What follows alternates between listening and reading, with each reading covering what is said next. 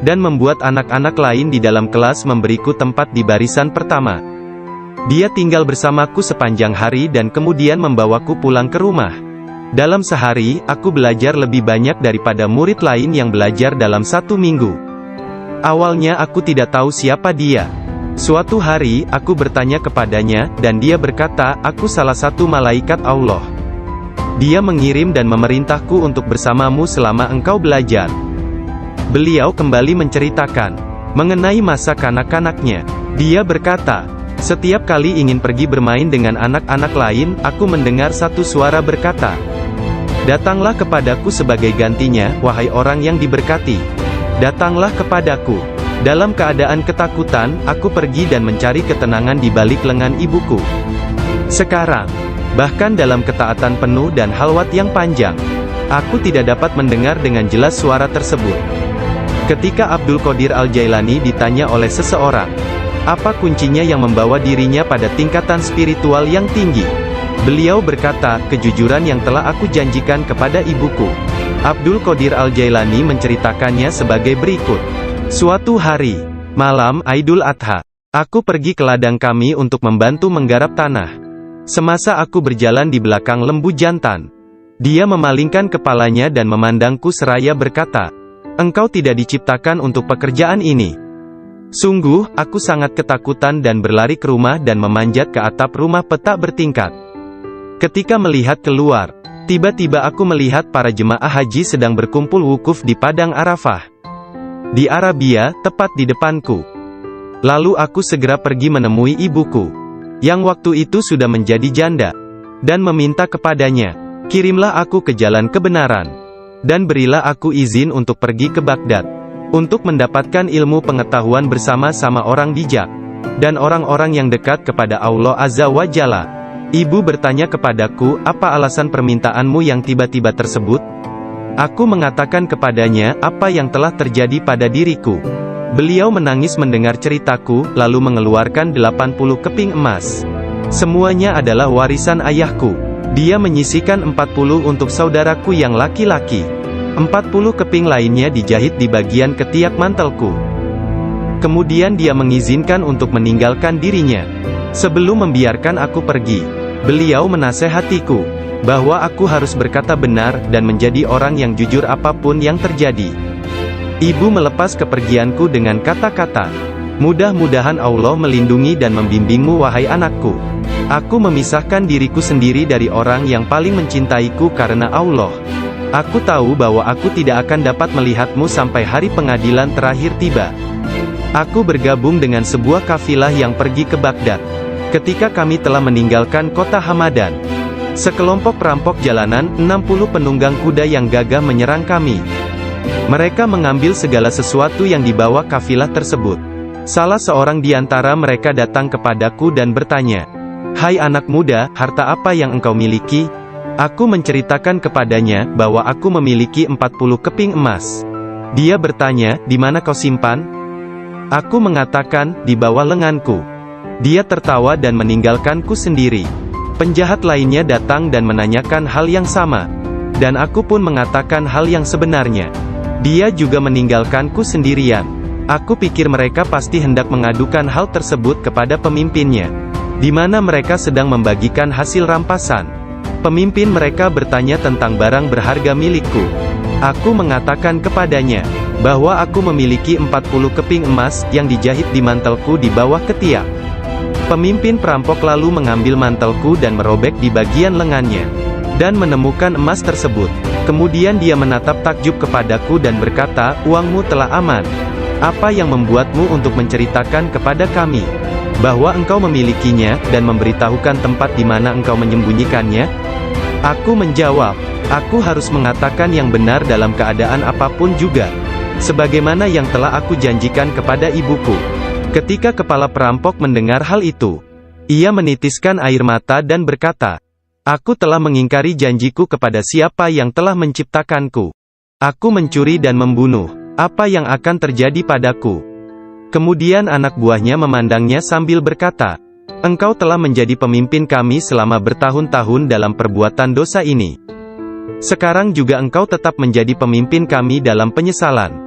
Ke-60 orang itu memegang tanganku dan menyatakan penyesalannya serta keinginannya untuk mengubah jalan mereka. Mereka merupakan orang pertama yang memegang tanganku dan mendapatkan ampunan untuk dosa-dosa mereka. Ketika Syekh Abdul Qadir Al-Jailani tiba di Baghdad, beliau berusia 18 tahun. Tatkala dia mencapai pintu gerbang kota, Nabi Khidir muncul dan menghalanginya untuk memasuki kota. Nabi Khidir berkata kepadanya, bahwasanya hal itu ia lakukan atas perintah Allah, agar ia tidak memasuki kota Baghdad hingga 7 tahun ke depan. Nabi Khidir membawanya ke sebuah runtuhan di gurun pasir dan berkata, diamlah engkau di sini dan jangan meninggalkan tempat ini.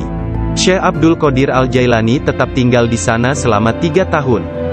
Setiap tahunnya Khidir datang kepadanya, dan berkata kepadanya di mana dirinya harus tinggal. Syekh Abdul Qadir Al-Jailani bercerita tentang masa 3 tahun yang dilaluinya tersebut. Saat dalam proses mujahadah dan riyadah. Selama aku tinggal di gurun, di luar kota Baghdad, semua keindahan dunia telah datang menggodaku. Allah telah memberikanku kemenangan atasnya. Nafsuku mengunjungiku setiap hari, dalam wujud dan bentukku sendiri dan meminta untuk menjadi temannya. Ketika aku akan menolaknya, ia hendak menyerangku. Allah memberiku kemenangan dalam perlawananku. Dan pada waktunya, aku dapat menjadikannya tawananku, dan menahannya bersamaku selama tahun-tahun itu, serta memaksanya untuk tinggal di runtuhan padang pasir. 1 tahun penuh, aku telah makan rerumputan dan akar-akarnya yang kutemukan. Dan aku tidak minum air apapun. Tahun yang lain aku minum air, tetapi tidak makan apapun. Tahun selanjutnya aku makan, tidak minum ataupun tidur. Sepanjang waktu itu, aku hidup dalam runtuhan dari istana raja-raja kuno Parsi di Kurk. Aku berjalan dengan kaki telanjang, tanpa alas kaki di atas duri padang pasir, dan tidak merasakan apapun. Setiap kali aku melihat sebuah batu atau bukit yang terjal, aku memanjatnya. Aku tidak memberikan istirahat 1 menit pun, atau menyenangkan nafsuku kepada keinginan-keinginan rendah badaniah jasmaniku. Pada akhir dari masa 7 tahun itu, aku mendengar satu suara pada suatu malam. Hai Abdul Qadir, engkau sekarang diizinkan memasuki kota Baghdad. Aku tiba di Baghdad dan melewatkan beberapa hari di sana. Tetapi aku tidak dapat berada di sana dalam keadaan yang penuh hasutan, kejahatan, tipu daya, yang telah menjadi kebiasaan kota. Lalu untuk menyelamatkan diriku sendiri dari kejahatan kota, yang telah mengalami kemerosotan akhlak, guna menyelamatkan keimananku, aku meninggalkannya. Hanya kitab suci Al-Quran yang kubawa bersamaku. Saat tiba di pintu gerbang, dalam perjalanan untuk berkholwat di padang pasir, aku mendengar satu suara, kemana engkau hendak pergi? Kata suara itu, kembalilah, engkau harus melayani orang-orang. Apa yang dapat kupedulikan tentang orang lain, sanggahku. Aku ingin menyelamatkan keimananku. Kembalilah dan jangan pernah merasa bimbang terhadap keimananmu. Suara itu melanjutkan, tidak ada sesuatu pun yang akan membahayakanmu.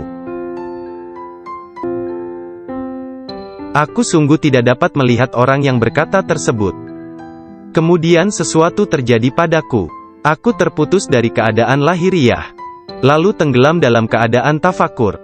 Sampai hari berikutnya, aku memusatkan pikiran pada sebuah harapan dan berdoa kepada Allah, agar Dia membukakan selubung untukku, sehingga aku tahu apa yang harus aku lakukan. Hari berikutnya, ketika tengah berkeliling di sebuah permukiman bernama Muzaffariyah, seorang lelaki yang sebelumnya tidak pernah kulihat, membuka pintu rumahnya dan mempersilakanku untuk masuk. Mari Abdul Qadir. Ketika aku sampai di pintunya, dia berkata, katakan kepadaku, apa yang engkau harapkan dari Allah? Doa apa yang telah engkau panjatkan kemarin? Saat itu aku ketakutan, namun diliputi penuh ketakjuban. Aku tidak dapat menemukan kata-kata untuk menjawabnya. Lelaki itu memandang ke wajahku, dan menghempaskan pintu dengan kasar, hingga membuat debu yang berkumpul di sekelilingku terbang menutupi seluruh tubuhku. Aku berjalan pergi sambil mempertanyakan apa yang telah kuminta dari Allah sehari sebelumnya. Kemudian ingatlah aku. Aku segera balik arah untuk kembali, dan mengatakan kepada lelaki tersebut. Tetapi aku tidak dapat menemukannya, baik rumah ataupun dirinya. Aku sangat bimbang, ketika menyadari bahwa dia adalah seorang yang dekat kepada Allah Ta'ala. Sungguh, akhirnya aku mengetahui, beliau adalah Syekh Hamad Ad-Dabas yang telah menjadi guruku. Pada suatu malam yang dingin dan hujan gerimis, satu tangan yang tidak terlihat jelas membawa Syekh Abdul Qadir Al-Jailani ke tempat bermalam para sufi atau zawiyah milik Syekh Abdul Hamad bin Muslim Ad-Dabas. Syekh yang mengetahui berkat ilham ilahiyah tentang kedatangan Syekh Abdul Qadir Al-Jailani menutup pintu-pintu tempat menginap sufiyah dan memadamkan lampu. Ketika beliau duduk di ambang pintu yang terkunci, beliau tertidur dan mimpi basah di malam hari. Lalu dia mandi di sungai dan mengambil wudhu. Dia tertidur lagi. Kejadian tersebut berulang sampai 7 kali pada malam itu. Maka beliau kembali mandi dan berwudhu menggunakan air yang sedingin es. Pada esok harinya, pintu gerbang telah terbuka, dan Abdul Qadir memasuki tempat penginapan sufi. Syekh Hamad Ad-Dabas berdiri menyambutnya sambil meneteskan air mata gembira. Dia memeluknya dan berkata, "Wahai putraku Abdul Qadir, keberuntungan adalah milik kami hari ini, tetapi esok, hal itu akan menjadi milikmu. Jangan pernah meninggalkan tarekat ini." Syekh Hamad Ad-Dabas menjadi guru pertama Syekh Abdul Qadir Al-Jailani dalam ilmu pengetahuan tentang kesufian. Dengan memegang tangannya dia mengucapkan sumpah atau berbaiat dan mengikuti jalan kaum sufi. Syekh Abdul Qadir Al-Jailani menceritakan, "Aku banyak belajar dengan guru di Baghdad. Tetapi setiap kali aku tidak dapat memahami sesuatu, atau menemukan secara kebetulan suatu rahasia yang ingin aku ketahui, Syekh Hamad Ad-Dabas menerangkannya kepadaku. Kadang-kadang aku meninggalkannya untuk mencari pengetahuan dari syekh yang lain tentang tauhid, hadis, fikih dan ilmu-ilmu lainnya. Setiap kali aku kembali, beliau berkata kepadaku, 'Dari mana saja engkau?' Kita telah memiliki demikian banyak makanan yang sangat bagus untuk tubuh, pikiran dan jiwa kita, sementara engkau telah pergi, dan kami tidak dapat menahan sesuatu untukmu." Pada waktu lain, beliau berkata, "Demi Allah, kemanakah engkau pergi?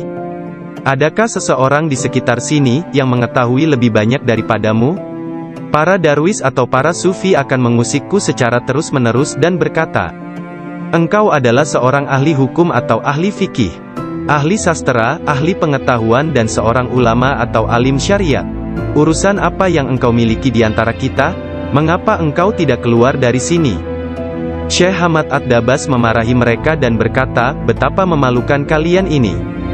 Aku bersumpah bahwa tidak ada seorang pun seperti dia di antara kalian. Tidak ada seorang pun di antara kalian yang akan naik di atas jari kakinya. Jika kalian berpikir aku kasar terhadapnya dan engkau meniruku, aku melakukannya untuk membawanya kepada kesempurnaan dan mengujinya. Aku melihat dia dalam dunia spiritual yang keras seperti batu, besar seperti gunung." Syekh Abdul Qadir Al-Jailani merupakan contoh tauladan terbesar dari kenyataan bahwa dalam Islam, mencari ilmu pengetahuan adalah kewajiban suci untuk semua orang, laki-laki dan perempuan dari ayunan hingga liang kubur. Dia menjadi orang bijak terbesar di zamannya. Dia menghafal Al-Quran Al-Karim dan mempelajari penafsirannya dari Ali Abul Wafa Al-Kail, Abu Hatab Mahfuz, dan Abul Hasan Muhammad Al-Qadi. Menurut beberapa sumber, Abdul Qadir Al-Jailani belajar dengan Qadi Abu Said Al-Mubarak bin Muharrami, ulama terbesar pada zamannya di Baghdad. Meskipun telah mempelajari ilmu-ilmu pengetahuan tentang jalan mistik dari Syekh Hamad Ad-Dabas, dan memasuki jalan tasawuf melalui tangannya, namun Syekh Abdul Qadir Al-Jailani telah diberi hirkah, jubah kesufian, sebagai simbol dari jubah Rasulullah oleh Qadi Abu Said. Garis silsilah ijazah spiritual dari Qadi Abu Said Al-Mubarak bin Ali Al-Muharrami, melalui Syekh Abu Hasan Ali bin Muhammad Al-Qurashi, dari Abul Faraj At-Tursusi dari At-Tamimi, dari Syekh Abu Bakar As-Shibli dari Abul Qasim Al-Junaid, dari Sari As-Sakati dari Ma'ruf Al-Karhi, dari Dawud At-Tayyah dari Habib Al-Jami, dari Hasan Al-Basri dari Imam Ali bin Abi Talib. Imam Ali menerima hirkah, jubah kesufian, dari tangan mulia Nabi Muhammad kekasih Allah, Tuhan semesta alam, dan beliau menerimanya dari malaikat utama Jibril alaihi salam, yang menerimanya dari kebenaran Tuhan, Allah Azza wa Jalla. Seseorang bertanya kepada Syekh Abdul Qadir Al-Jailani, apakah yang dia terima dari Allah Ta'ala? Beliau menjawab, tingkah laku dan pengetahuan yang baik. Qadhi Abu Said Al-Muharrami berkata, "Sesungguhnya Abdul Qadir Al-Jailani menerima hirkah dari tanganku. Tetapi aku juga menerima hirkah dari tangannya." Qadhi Abu Said Al-Muharrami mengajar di sebuah madrasah miliknya sendiri, di Babul Az di Baghdad. Kemudian dia memberikan madrasah tersebut kepada Syekh Abdul Qadir Al-Jailani, yang mulai mengajar di sana. Syekh Abdul Qadir Al-Jailani telah berusia 50 tahun lebih pada waktu itu. Kata-kata dan ucapannya mempesona dan menakjubkan, sehingga menggugah hati orang-orang yang mendengarnya. Para murid dan jemaahnya semakin berkembang pesat dalam jumlah yang banyak, sehingga tidak ada tempat, baik di dalam ataupun di sekitar madrasah tersebut, untuk menampung para pengikutnya. Syekh Abdul Qadir Al-Jailani berkata mengenai permulaan mengajarnya, "Pada suatu pagi aku melihat Rasulullah, beliau bertanya kepadaku, 'Mengapa engkau tidak berbicara?' Aku berkata, 'Aku adalah orang Persia, bagaimana aku dapat berbicara dengan bahasa Arab yang indah dari Baghdad?' 'Buka mulutmu,' beliau berkata, dan kulakukan perintah beliau. Nabi Muhammad lantas meniup nafasnya ke mulutku 7 kali. Lalu berkata, 'Pergilah. Tunjukilah umat manusia, dan ajaklah mereka kepada jalan Tuhanmu, dengan bijak dan kata-kata indah.' Aku menjalankan sholat zuhur, dan aku melihat orang telah ramai sedang menungguku berbicara. Ketika melihat mereka, aku menjadi gembira, namun lidahku seakan-akan terkunci. Kemudian aku melihat Imam Ali bin Abi Thalib yang diberkati. Dia mendatangiku dan memintaku untuk membuka mulut. Kemudian meniupkan nafasnya sendiri ke dalam mulutku sebanyak 6 kali. Aku bertanya, 'Mengapa Anda tidak melakukannya sebanyak 7 kali, seperti yang dilakukan Rasulullah?' Sayyidina Ali berkata, 'Karena rasa hormatku kepada Rasulullah.' Kemudian Sayyidina Ali pun menghilang. Dari mulutku yang terbuka, keluarlah kata-kata, 'Sesungguhnya fikiran adalah juru selam, menyelam jauh ke dalam lautan hati untuk menemukan mutiara kebijaksanaan. Ketika dia membawanya ke pantai kemakhlukannya, dia tumpah dalam bentuk kata-kata dari bibirnya. Dan dengan itu, dia membeli ketaatan tak ternilai di pasar-pasar ibadah Allah.' Kemudian aku berkata, 'Dalam suatu malam, seperti salah satu dari malamku, jika seseorang di antaramu hendak membunuh keinginan-keinginan rendahnya, kematian akan terasa begitu manis, sehingga engkau tidak akan dapat merasakan sesuatu yang lain di dunia ini. Sejak saat itu, walau bagaimanapun keadaannya, sekalipun bangun atau tidur, aku tetap mempertahankan tugasku mengajar. Banyak sekali pengetahuan tentang keimanan dan agama dalam diriku. Jika tidak berbicara dan menuangkannya keluar, aku akan merasakan bahwa hal itu akan menenggelamkan diriku. Ketika pertama kali mengajar, aku hanya mempunyai 2 atau 3 orang murid saja. Ketika mereka mendengarku, jumlah mereka bertambah menjadi 70.000 orang. Madrasahnya maupun lingkungan di sekitarnya tidak dapat menampung para pengikutnya. Oleh sebab itu, dicarilah tempat yang lebih luas. Orang kaya dan orang miskin di Baghdad turut membantu dalam penambahan bangunan-bangunan yang banyak melakukan karomah. Manusia sempurna, yang selalu sadar serta ingat kepada Allah Azza wa Jalla. Muraqabah, berfikir, menerima dan memberi pelajaran. Dia mempunyai hati yang lembut, sifat yang mulia dan wajah yang selalu tersenyum. Dia orang yang peka dan memiliki sikap yang sangat baik. Berakhlak dalam tabiat serta dermawan dalam memberi materi dan nasihat serta pengetahuan. Dia mencintai orang-orang, tetapi secara khususnya, terhadap orang-orang yang beriman dan mengabdikan diri, serta beribadah kepada Zat yang Maha Esa, menolong kepada siapa yang beriman.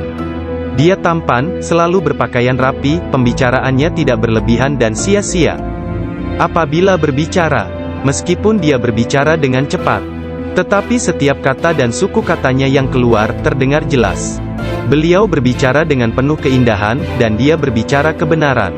Berbicara tentang kebenaran tanpa ragu-ragu. Karena dia tidak peduli, apakah dia akan dipuji, dikritik atau dicaci. Ketika Khalifah Al-Muqtafi mengangkat Yahya bin Said sebagai Qadhi, Ketua Hakim, Syekh Abdul Qadir Al-Jailani memberitahukannya di hadapan orang ramai. Dengan mengatakan, Anda telah mengangkat seorang tiran, orang yang zalim, yang paling buruk sebagai hakim atas orang-orang yang beriman.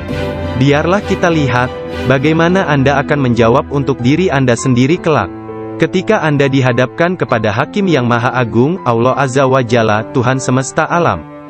Mendengar hal ini, Khalifah tergoncang dan meneteskan air mata, lalu ia segera memecat sang hakim. Penduduk kota Baghdad mengalami kemajuan dalam hal akhlak dan rohani dan tingkah laku. Melalui pengaruhnya, kebanyakan warga kota bertaubat dan menyatakan penyesalan, mengikuti akhlak yang baik dan perintah-perintah Islam. Syekh Abdul Qadir Al-Jailani dicintai dan dihormati oleh setiap orang, dan pengaruhnya tersebar kemana-mana. Orang-orang berbudi mencintainya, sedangkan para tiran, orang yang zalim, dan orang jahat takut kepadanya. Banyak orang termasuk para raja, menteri dan orang-orang bijak datang kepadanya, untuk menanyakan persoalan-persoalan, dan mencari penyelesaiannya. Bahkan banyak orang Yahudi dan Nasrani, menerima Islam melaluinya. Dalam pengajaran dan pelayanannya kepada umat manusia, dia menggunakan sifat-sifat yang diwarisi oleh Yang Maha Tinggi. Syekh Abdul Qadir Al-Jailani berkata, seorang syekh spiritual bukan seorang guru yang sebenarnya, kecuali kalau dirinya memiliki 12 sifat. Dua di antara sifat-sifat tersebut adalah sifat-sifat Allah yang Maha Tinggi, yaitu menyembunyikan kesalahan manusia dan ciptaan yang lain. Tidak hanya dari orang-orang lain tetapi bahkan dari diri mereka sendiri. Dan memiliki rasa kasih dan kemauan memaafkan untuk dosa yang terburuk sekalipun. Dua sifat diwarisi oleh Nabi Muhammad, yaitu cinta dan lemah lembut. Sayyidina Abu Bakar As-Siddiq yang pertama dari keempat khalifah, seorang syekh sejati, mewarisi kebenaran, kejujuran, dan keikhlasan hati, juga ketaatan dan kedermawanan. Dari Sayyidina Umar bin Khattab, yaitu keadilan dan menekankan kebenaran serta mencegah kesalahan. Dari Sayyidina Utsman bin Affan, yaitu kerendahan hati dan bangun serta berdoa ketika manusia lainnya dalam keadaan tertidur. Dan dari Sayyidina Ali bin Abi Thalib, yaitu pengetahuan dan keteguhan hati serta keberanian. Syekh Abdul Qadir Al-Jailani sangat sayang kepada puluhan ribu pengikutnya, sebagaimana seorang ayah sayang kepada anaknya.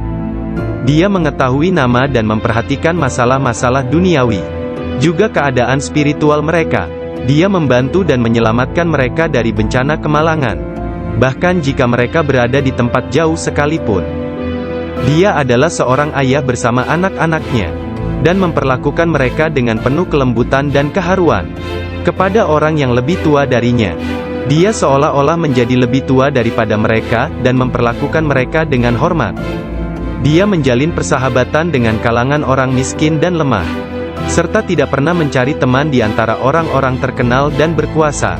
Orang-orang seperti itu memperlakukannya seolah-olah raja dari segala raja. Salah seorang dari anak lelaki pembantunya menceritakan bahwa ayahnya, Muhammad bin Al-Haidir, melayani Syekh Abdul Qadir Al-Jailani selama 13 tahun. Dirinya tidak pernah melihat seekor lalat hinggap pada dirinya, dan tidak pula dia pernah melihat membuang ingus di halayak ramai. Meskipun Tuan Syekh memperlakukan kaum lemah dan miskin dengan rasa hormat yang besar, pembantunya tidak pernah melihatnya berdiri ketika para sultan datang mengunjunginya, dan tidak pula dia mengunjungi mereka, atau dia tidak memakan makanan mereka kecuali sekali. Ketika seorang raja datang berkunjung kepadanya, dia meninggalkan ruang jamuan, dan datang kembali setelah raja dan pesta jamuannya selesai, sehingga mereka akan menyambutnya dengan berdiri.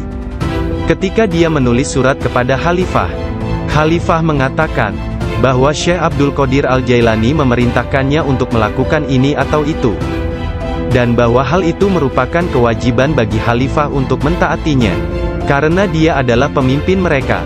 Apabila khalifah menerima surat seperti itu, dia akan mencium surat itu sebelum dia membacanya dan berkata, Syekh Abdul Qadir Al-Jailani benar. Sesungguhnya dia mengatakan kebenaran. Abu Hasan, salah seorang hakim agung pada masa itu, menceritakan, aku mendengar Khalifah Al-Muqtafi berkata kepada menterinya Ibnu Hubaira, Syekh Abdul Qadir Al-Jailani mentertawakanku. Dan hal itu amat jelas bagi orang-orang di sekitarnya, bahwa yang dia maksudkan adalah aku. Dilaporkan kepadaku bahwa dia menunjukkan sebuah pohon kurma di kebunnya dan berkata, engkau lebih baik bekerja, jangan bepergian terlalu jauh, atau aku akan memenggal kepalamu. Sekarang kamu, wahai Ibnu Hubaira, pergi dan berbicaralah kepadanya seorang diri dan katakan, Anda jangan mengejek dan mengancam khalifah. Anda harus tahu bahwa kedudukan khalifah adalah suci dan harus dihormati. Sang Menteri Ibnu Hubairah pun pergi kepada Syekh Abdul Qadir Al-Jailani dan melihatnya sedang berkumpul dengan kerumunan orang ramai. Dalam pembicaraannya pada satu pokok, tiba-tiba Syekh Abdul Qadir menyatakan, "Sesungguhnya aku akan memenggal kepalanya juga." Sang Menteri merasa bahwa yang Syekh maksudkan adalah dia. Sang Menteri pun ketakutan. Dia pun melarikan diri, dan mengisahkan apa yang terjadi terhadap dirinya kepada khalifah. Mendengar kisahnya, sang khalifah meneteskan air mata dan berkata, "Sungguh, Syekh Abdul Qadir Al-Jailani adalah orang yang hebat." Lalu, khalifah pergi sendiri menemui Syekh. Pada pertemuan tersebut, Syekh memberinya banyak nasihat, dan khalifah tak bisa membendung air matanya dan terus menangis. Meskipun sangat belas kasihan, dan memiliki pribadi dan sikap yang sangat baik, lemah lembut dan mencintai, menepati janji, adil dan keras dalam pengadilannya, Syekh Abdul Qadir Al-Jailani tidak pernah memperlihatkan kemarahan. Apabila kesalahan tersebut hanya menyangkut pribadinya, tetapi sesuatu kesalahan yang dilakukan terhadap keimanan dan agama, dia akan marah besar dan memberi hukuman yang berat. Syekh Abu Najib As-Surawardi menceritakan, pada tahun 523 Hijriyah, aku bersama Syekh Hamad, guru Syekh Abdul Qadir Al-Jailani yang juga hadir. Ketika itu Syekh Abdul Qadir Al-Jailani membuat pernyataan keras. Mendengar itu, Syekh Hamad berkata kepadanya, "Wahai Abdul Qadir, engkau berbicara terlalu angkuh. Aku khawatir Allah tidak ridha kepadamu." Syekh Abdul Qadir Al-Jailani meletakkan tangannya di atas dada Syekh Hamad lalu berkata, "Lihat telapak tanganku dengan mata hati, dan berkata lagi, dan katakan kepadaku, apa yang tertulis di atasnya."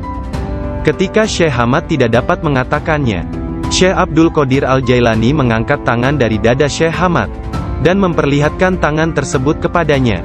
Di atasnya tertulis tulisan bercahaya, yakni, dia menerima 70 janji dari Allah, bahwa dia tidak akan pernah dikecewakan. Syekh Hamad melihatnya. Dia berkata, "Tidak akan pernah ada yang mampu keberatan pada orang yang diberkati dengan janji ilahiyah seperti itu. Tidak ada seorang pun dapat berkeberatan kepadanya. Allah Ta'ala memberkati siapa saja yang Dia kehendaki di antara hamba-hambanya." Syekh Abdul Qadir Al-Jailani sering berkata, "Tidak ada seorang pun di antara muridku akan mati sebelum mereka taubat penuh penyesalan. Mereka semua akan mati sebagai hamba-hamba Allah yang beriman.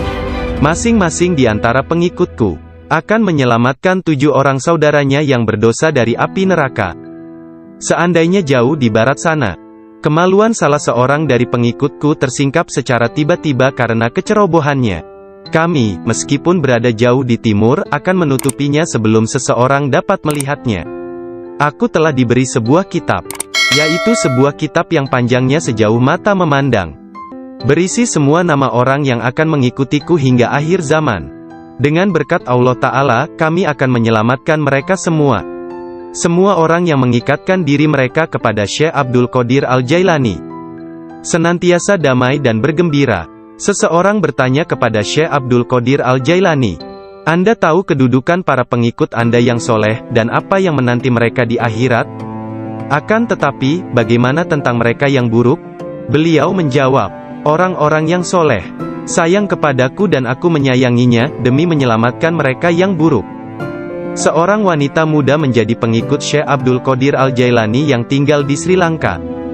Pada suatu hari, dia diserang di sebuah tempat yang sepi oleh seorang lelaki yang hendak memperkosanya. Dalam keadaan tidak berdaya, dia berteriak, "Selamatkan aku, wahai Syekhku Abdul Qadir Al-Jailani." Saat itu, Syekh Abdul Qadir Al-Jailani sedang mengambil wudhu di Baghdad. Orang-orang melihat Syekh tiba-tiba berhenti, kemudian dengan marah, dia mengambil terompahnya, sandal, dan melemparkannya ke atas. Mereka tidak melihat terompah tersebut jatuh. Ternyata, terompah tersebut jatuh di atas kepala orang yang sedang menyerang gadis muda itu di Sri Lanka. Dan pria tersebut pun meninggal dunia. Disebutkan bahwa terompah tersebut tetap berada di sana, disimpan sebagai barang peninggalan. Syekh At-Tustari menceritakan bahwa suatu hari para pengikut Syekh Abdul Qadir Al-Jailani di Baghdad mencari Syekh Abdul Qadir Al-Jailani kemana-mana. Tiba-tiba seseorang berkata kepada mereka, bahwa dirinya telah melihat Syekh Abdul Qadir Al-Jailani sedang berjalan menuju ke sungai Tigris. Lalu para muridnya berlarian menuju ke sana hendak menyusulnya. Ketika sampai di sungai tersebut, mereka melihat syekhnya itu sedang berada di tengah sungai, berjalan di atas air menuju ke arah mereka. Semua ikan pada waktu itu menjulurkan kepalanya ke atas permukaan air, dan memberi salam kepada Syekh Abdul Qadir Al-Jailani. Hal itu terjadi pada waktu sholat zuhur. Mereka melihat di atas mereka selembar sejadah yang luas membentang di atas kepala mereka, menutupi seluruh langit. Sajadah tersebut berwarna hijau dan di permukaannya bersulamkan ayat-ayat dari emas dan perak. Sejadah tersebut melayang seperti sejadah terbangnya Nabi Sulaiman, dan turun ke bumi. Orang-orang merasa takjub, diam dan dengan tenang mereka berjalan menuju kepadanya. Syekh Abdul Qadir Al-Jailani berpakaian indah, melangkah di atas sejadah tersebut, dan memimpin mereka melakukan sholat di atasnya. Ketika dia mengangkat tangannya dan mengucapkan Allahu Akbar, seluruhnya seolah-olah menggemakan suara yang sama. Ketika dia berdoa, para malaikat dari 7 petala langit dalam paduan suara mengulang doanya. Ketika dia mengucapkan, segala puji syukur hanya bagi Allah semata, sebuah cahaya hijau keluar dari mulutnya, menyelimuti langit. Pada akhir sholat setelah salam, Syekh Abdul Qadir Al-Jailani membuka kedua tangannya dan berkata, Ya Allah ya Tuhanku, demi leluhurku Nabi Muhammad kekasihmu, dan demi orang-orang di antara ciptaanmu yang takut dan mencintaimu, jangan ambil sesuatu dari para pengikutku, sampai mereka dimaafkan dari dosa-dosanya, dan sampai keimanan mereka sempurna. Pada saat itu, setiap orang mendengar dengungan senandung dari para malaikat dan mengatakan, Amin. Mereka juga mengikuti para malaikat dengan mengucapkan Amin. Kemudian mereka mendengar satu suara hatif dari dalam diri mereka, kata-kata, Bergembiralah, aku telah menerima doa kalian. Rasulullah bersabda, seorang guru yang sempurna adalah bagaikan seorang nabi bagi kaumnya. Sesungguhnya Hadrat Syekh Abdul Qadir Al-Jailani adalah salah seorang di antara para syekh yang sempurna tersebut, yang telah membukakan orang-orang kepada pintu gerbang kebahagiaan di dunia ini, dan pintu gerbang surga di akhirat. Setelah Syekh Abdul Qadir Al-Jailani menguasai nafsunya, dan menjadi seorang yang sempurna, serta hanya dengan diilhami perintah Rasulullah, dia menjadi seorang syekh dan menjalin hubungan dengan orang-orang. Dirinya senantiasa mengikuti teladan dari leluhurnya Nabi Muhammad, Rasulullah. Ketika pengaruh ajaran Syekh Abdul Qadir Al-Jailani tersebar ke seluruh pelosok dunia, banyak di antara murid-muridnya mendapat kedudukan penting dan banyak pejabat, pegawai pemerintah, yang menjadi muridnya sesuai kemampuan mereka, kualitas dunia dalam batin dan tingkatan spiritual. Dia memerintahkan banyak di antara murid-muridnya untuk bertindak sebagai wakil-wakilnya. Di antaranya ada yang menjadi guru spiritual dan yang lainnya sebagai hakim. Bahkan di antara muridnya ada yang menjabat sebagai gubernur dan para pemegang kekuasaan dunia. Syekh Abdul Qadir Al-Jailani telah menyerahkan diri secara mutlak kepada Allah Azza wa Jalla. Malam-malamnya berlalu dengan sedikit atau bahkan tanpa tidur, dalam doa dan muraqabah menyendiri. Dia menghabiskan hari-harinya sebagai seorang pengikut sejati Nabi Muhammad, dalam berkhidmat dalam kemanusiaan 3 kali dalam seminggu. Dia selalu menyampaikan pengajian umum kepada puluhan ribu manusia, setiap hari di waktu pagi dan petang. Dia memberi pengajaran tafsir Al-Quran, hadis, ilmu tauhid, ilmu fikih dan tasawuf. Setelah sholat zuhur, dia memberikan nasihat dan waktu konsultasi kepada orang-orang, tanpa pandang bulu, baik orang itu berprofesi sebagai pengemis atau raja. Semuanya akan dilayani. Sebelum sholat asar, baik cuaca hujan ataupun cerah, dia pergi ke jalanan untuk membagikan makanan kepada orang-orang miskin. Dalam seluruh hari-harinya di bulan Ramadan, Syekh Abdul Qadir Al-Jailani hanya makan sekali sehari. Setelah sholat maghrib, beliau tidak pernah makan sendirian. Pembantunya akan berdiri di pintu menanyakan orang-orang yang lewat. Jika mereka yang lewat ada yang belum makan, agar mereka ikut makan. Syekh Abdul Qadir Al-Jailani wafat pada hari Sabtu tanggal 8 Rabiul Tsani tahun 561 Hijriah, 1166 Masehi, pada usia 91 tahun. Makamnya yang berada di Madrasah Babut Darajah di kota Baghdad, Irak. menjadi tempat penting dari kunjungan para penziarah kaum sufi dan semua muslim. Ketika mengidap penyakit yang mengantarkannya pada kewafatannya itu, salah seorang anak lelakinya yaitu Abdul Aziz melihat bahwa dia menderita sakit yang luar biasa, meregang dan menggulingkan tubuh di tempat tidurnya. "Jangan mencemaskanku," Syekh berkata kepada putranya. "Aku berbalik dan berbalik lagi dalam pengetahuan Allah Azza wa Jalla." Ketika anak lelakinya yang lain, yakni Abdul Jabbar bertanya kepadanya tentang rasa sakitnya, dia berkata, "Semua tubuhku terasa sakit kecuali hatiku. Tidak ada rasa sakit di sini karena hati ini bersama Allah." Anak lelakinya yang lain, yaitu Abdul Wahab berkata kepadanya, "Berilah aku beberapa nasihat tentang apa yang harus dilakukan setelah engkau meninggalkan dunia ini." Dia berkata, "Takutlah kepada Allah dan tiada sesuatu pun yang lain. Berharaplah dari Allah dan percayakan seluruh kebutuhanmu kepadanya. Tidak mengharap dan menginginkan apapun kecuali Dia. Menyandarkan diri kepada Allah dan tidak kepada sesuatu yang lain. Bersatu dengannya, bersatu dengannya, bersatu dengannya." Sebelum meninggal dunia, Syekh Abdul Qadir Al-Jailani melihat sekeliling dan berkata kepada orang-orang yang hadir, "Telah datang di hadapanku selain kalian. Makhluk lain yang kalian tidak melihatnya telah datang kepadaku. Persiapkan ruangan dan berlaku sopan santunlah kepada mereka, yakni menghormati kehadiran para malaikat yang tidak dapat dilihat. Aku adalah biji tanpa kulit. Kalian melihatku bersama kalian. Sementara aku dengan seseorang yang lain, sebaiknya kalian meninggalkanku sekarang." Kemudian dia berkata, "Wahai malaikat pencabut nyawa, aku tidak takut kepadamu, tidak juga kepada sesuatu pun yang lain. Kecuali hanya kepada Allah, yang telah menemaniku dan bermurah hati kepadaku."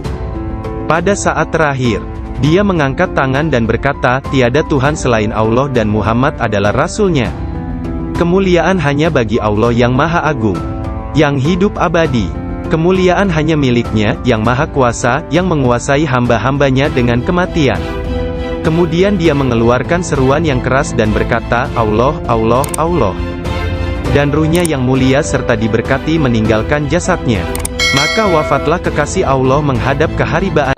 Nama lengkap Syekh Abdul Qadir Al-Jailani berikut nasab dari pihak ayah adalah Abu Muhammad Abdul Qadir bin Abu Sahih Musa bin Janka Dausat, Janki Doasti, bin Abdullah, bin Yahya Az-Zahid bin Muhammad bin Dawud, bin Musa bin Abdullah bin Musa Al-Juni bin Abdullah bin Al-Mahdi, bin Hasan Al-Musana bin Hasan bin Ali bin Abi Talib dan Fatimah Az-Zahra.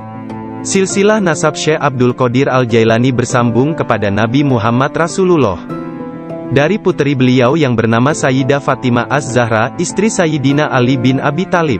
Adapun silsilah dari ibunya adalah Abdul Qadir bin Fatimah binti Abdullah, bin Abu Jamaluddin bin Tahir bin Abdullah bin Kamaluddin Isa, bin Muhammad Al-Jawad bin Ali Ar-Rida bin Musa Al-Kazim, bin Jafar As-Sadiq bin Muhammad Al-Bakir bin Ali Zainul Abidin, bin Husain bin Ali bin Abi Talib. Sepanjang masa bayinya, Syekh Abdul Qadir Jailani tidak pernah makan selama bulan puasa. Suatu ketika pada awal Ramadan, cuaca mendung dan orang-orang tidak dapat melihat bulan baru. Tidak tahu apakah bulan Ramadan sesungguhnya telah masuk atau belum. Mereka datang kepada Ummul Khair Fatimah, ibunda Syekh Abdul Qadir, dan menanyakan apakah si anak sudah makan hari itu. Karena dia belum makan, mereka menetapkan bahwa puasa telah dimulai. Abdul Qadir Al-Jailani menceritakan, "Ketika kecil, setiap hari aku selalu didatangi seorang malaikat dalam bentuk pemuda tampan. Dia berjalan bersamaku dari rumah ke madrasah, dan membuat anak-anak lain di dalam kelas memberiku tempat di barisan pertama. Dia tinggal bersamaku sepanjang hari dan kemudian membawaku pulang ke rumah. Dalam sehari, aku belajar lebih banyak daripada murid lain yang belajar dalam 1 minggu. Awalnya aku tidak tahu siapa dia. Suatu hari, aku bertanya kepadanya, dan dia berkata, aku salah satu malaikat Allah. Dia mengirim dan memerintahku untuk bersamamu selama engkau belajar." Beliau kembali menceritakan mengenai masa kanak-kanaknya. Dia berkata, "Setiap kali ingin pergi bermain dengan anak-anak lain, aku mendengar satu suara berkata, 'Datanglah kepadaku sebagai gantinya, wahai orang yang diberkati. Datanglah kepadaku.' Dalam keadaan ketakutan, aku pergi dan mencari ketenangan di balik lengan ibuku. Sekarang, bahkan dalam ketaatan penuh dan halwat yang panjang, aku tidak dapat mendengar dengan jelas suara tersebut. Ketika Abdul Qadir Al-Jailani ditanya oleh seseorang, apa kuncinya yang membawa dirinya pada tingkatan spiritual yang tinggi? Beliau berkata, kejujuran yang telah aku janjikan kepada ibuku. Abdul Qadir Al-Jailani menceritakannya sebagai berikut. Suatu hari, malam Aidul Adha, aku pergi ke ladang kami untuk membantu menggarap tanah. Semasa aku berjalan di belakang lembu jantan, dia memalingkan kepalanya dan memandangku seraya berkata, engkau tidak diciptakan untuk pekerjaan ini. Sungguh, aku sangat ketakutan dan berlari ke rumah dan memanjat ke atap rumah petak bertingkat. Ketika melihat keluar, tiba-tiba aku melihat para jemaah haji sedang berkumpul wukuf di Padang Arafah. Di Arabia, tepat di depanku. Lalu aku segera pergi menemui ibuku, yang waktu itu sudah menjadi janda, dan meminta kepadanya, kirimlah aku ke jalan kebenaran, dan berilah aku izin untuk pergi ke Baghdad, untuk mendapatkan ilmu pengetahuan bersama-sama orang bijak, dan orang-orang yang dekat kepada Allah Azza wa Jalla. Ibu bertanya kepadaku, apa alasan permintaanmu yang tiba-tiba tersebut? Aku mengatakan kepadanya, apa yang telah terjadi pada diriku. Beliau menangis mendengar ceritaku, lalu mengeluarkan 80 keping emas. Semuanya adalah warisan ayahku. Dia menyisihkan 40 untuk saudaraku yang laki-laki. 40 keping lainnya dijahit di bagian ketiak mantelku. Kemudian dia mengizinkan untuk meninggalkan dirinya. Sebelum membiarkan aku pergi, beliau menasehatiku, bahwa aku harus berkata benar, dan menjadi orang yang jujur apapun yang terjadi. Ibu melepas kepergianku dengan kata-kata, mudah-mudahan Allah melindungi dan membimbingmu wahai anakku. Aku memisahkan diriku sendiri dari orang yang paling mencintaiku karena Allah. Aku tahu bahwa aku tidak akan dapat melihatmu sampai hari pengadilan terakhir tiba. Aku bergabung dengan sebuah kafilah yang pergi ke Baghdad. Ketika kami telah meninggalkan kota Hamadan, sekelompok perampok jalanan, 60 penunggang kuda yang gagah menyerang kami. Mereka mengambil segala sesuatu yang dibawa kafilah tersebut. Salah seorang di antara mereka datang kepadaku dan bertanya, hai anak muda, harta apa yang engkau miliki? Aku menceritakan kepadanya, bahwa aku memiliki 40 keping emas. Dia bertanya, di mana kau simpan? Aku mengatakan, di bawah lenganku. Dia tertawa dan meninggalkanku sendiri. Penjahat lainnya datang dan menanyakan hal yang sama. Dan aku pun mengatakan hal yang sebenarnya. Dia juga meninggalkanku sendirian. Aku pikir mereka pasti hendak mengadukan hal tersebut kepada pemimpinnya, di mana mereka sedang membagikan hasil rampasan. Pemimpin mereka bertanya tentang barang berharga milikku. Aku mengatakan kepadanya, bahwa aku memiliki 40 keping emas, yang dijahit di mantelku di bawah ketiak. Pemimpin perampok lalu mengambil mantelku dan merobek di bagian lengannya, dan menemukan emas tersebut. Kemudian dia menatap takjub kepadaku dan berkata, uangmu telah aman. Apa yang membuatmu untuk menceritakan kepada kami, bahwa engkau memilikinya, dan memberitahukan tempat di mana engkau menyembunyikannya? Aku menjawab, aku harus mengatakan yang benar dalam keadaan apapun juga, sebagaimana yang telah aku janjikan kepada ibuku. Ketika kepala perampok mendengar hal itu, ia menitiskan air mata dan berkata, aku telah mengingkari janjiku kepada siapa yang telah menciptakanku. Aku mencuri dan membunuh. Apa yang akan terjadi padaku? Kemudian anak buahnya memandangnya sambil berkata, engkau telah menjadi pemimpin kami selama bertahun-tahun dalam perbuatan dosa ini. Sekarang juga engkau tetap menjadi pemimpin kami dalam. Dia bertanya, di mana kau simpan? Aku mengatakan, di bawah lenganku. Dia tertawa dan meninggalkanku sendiri. Penjahat lainnya datang dan menanyakan hal yang sama. Dan aku pun mengatakan hal yang sebenarnya. Dia juga meninggalkanku sendirian. Aku pikir mereka pasti hendak mengadukan hal tersebut kepada pemimpinnya, di mana mereka sedang membagikan hasil rampasan. Pemimpin mereka bertanya tentang barang berharga milikku. Aku mengatakan kepadanya, bahwa aku memiliki 40 keping emas, yang dijahit di mantelku di bawah ketiak. Pemimpin perampok lalu mengambil mantelku dan merobek di bagian lengannya, dan menemukan emas tersebut. Kemudian dia menatap takjub kepadaku dan berkata, uangmu telah aman. Apa yang membuatmu untuk menceritakan kepada kami bahwa engkau memilikinya, dan memberitahukan tempat di mana engkau menyembunyikannya? Aku menjawab, aku harus mengatakan yang benar dalam keadaan apapun juga, sebagaimana yang telah aku janjikan kepada ibuku. Ketika kepala perampok mendengar hal itu, ia menitiskan air mata dan berkata, aku telah mengingkari janjiku kepada siapa yang telah menciptakanku. Aku mencuri dan membunuh. Apa yang akan terjadi padaku? Kemudian anak buahnya memandangnya sambil berkata, engkau telah menjadi pemimpin kami selama bertahun-tahun dalam perbuatan dosa ini. Sekarang juga engkau tetap menjadi pemimpin kami dalam penyesalan. Ke-60 orang itu memegang tanganku, dan menyatakan penyesalannya serta keinginannya untuk mengubah jalan mereka. Mereka merupakan orang pertama yang memegang tanganku, dan mendapatkan ampunan untuk dosa-dosa mereka. Ketika Syekh Abdul Qadir Al-Jailani tiba di Baghdad, beliau berusia 18 tahun. Tatkala dia mencapai pintu gerbang kota, Nabi Khidir muncul dan menghalanginya untuk memasuki kota. Nabi Khidir berkata kepadanya, bahwasanya hal itu ia lakukan atas perintah Allah, agar ia tidak memasuki kota Baghdad hingga 7 tahun ke depan. Nabi Khidir membawanya ke sebuah runtuhan di gurun pasir dan berkata, diamlah engkau di sini dan jangan meninggalkan tempat ini. Syekh Abdul Qadir Al-Jailani tetap tinggal di sana selama 3 tahun. Setiap tahunnya Khidir datang kepadanya, dan berkata kepadanya di mana dirinya harus tinggal. Syekh Abdul Qadir Al-Jailani bercerita tentang masa 3 tahun yang dilaluinya tersebut. Saat dalam proses mujahadah dan riyadah. Selama aku tinggal di gurun, di luar kota Baghdad, semua keindahan dunia telah datang menggodaku. Allah telah memberikanku kemenangan atasnya. Nafsuku mengunjungiku setiap hari, dalam wujud dan bentukku sendiri dan meminta untuk menjadi temannya.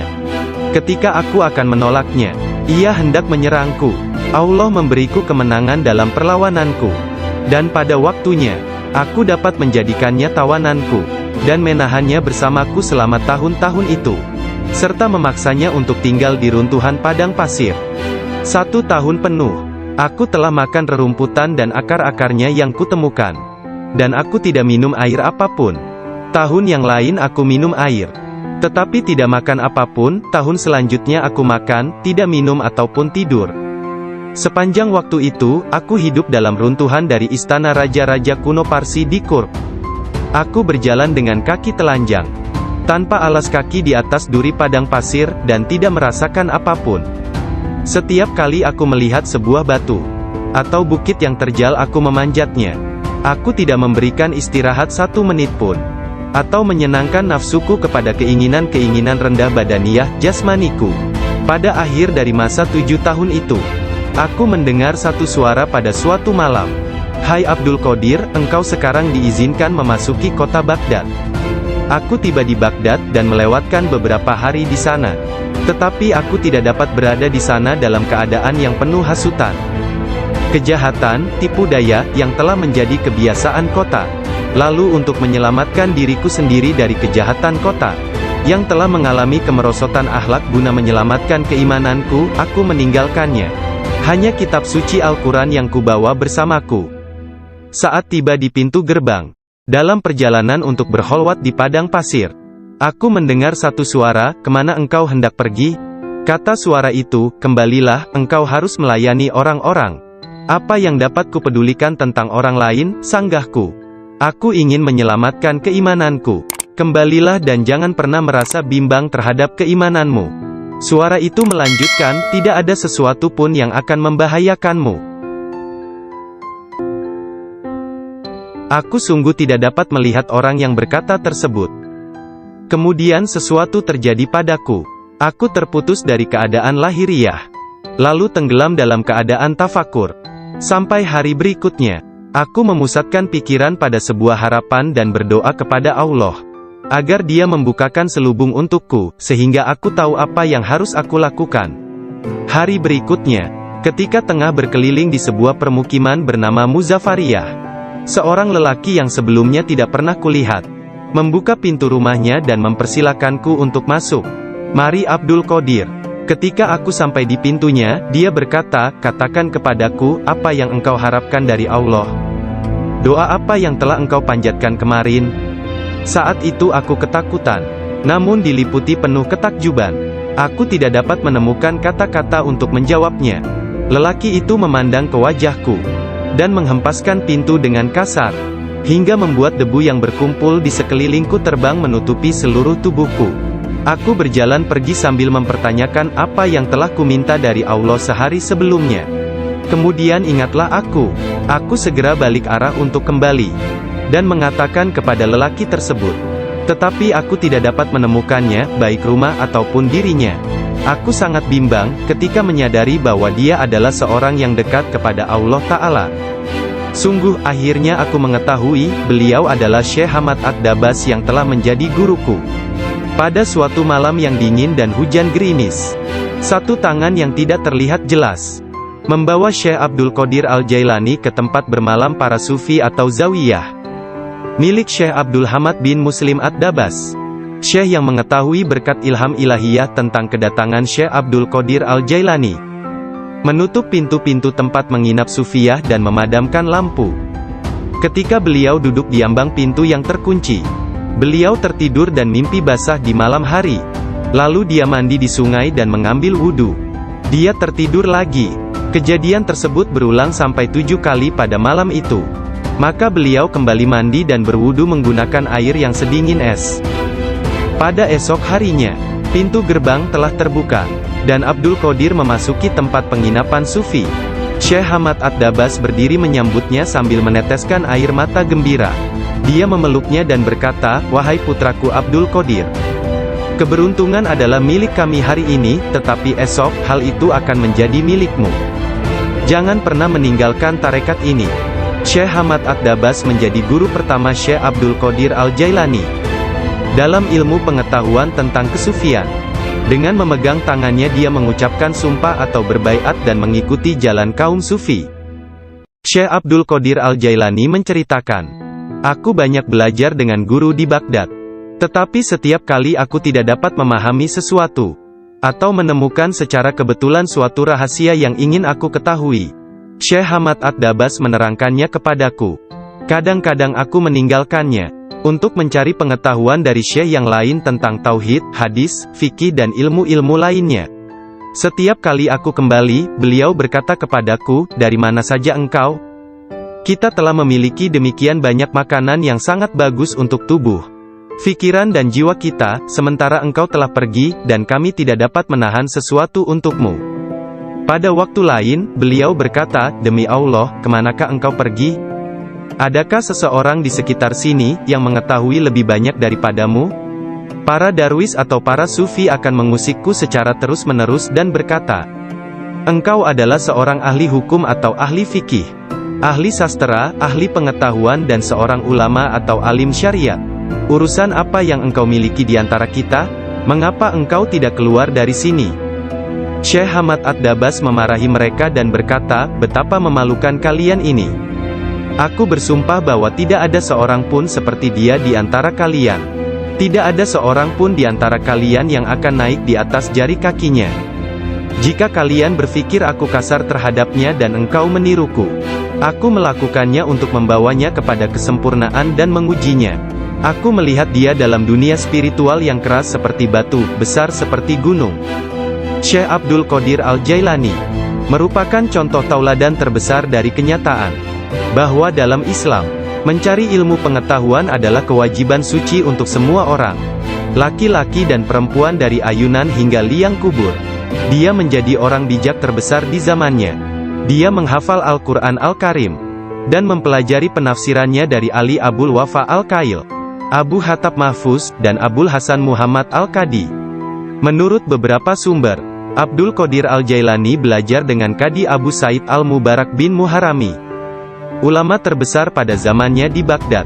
Meskipun telah mempelajari ilmu-ilmu pengetahuan tentang jalan mistik dari Syekh Hamad Ad-Dabas, dan memasuki jalan tasawuf melalui tangannya, namun Syekh Abdul Qadir Al-Jailani telah diberi hirkah, jubah kesufian, sebagai simbol dari jubah Rasulullah oleh Qadi Abu Said.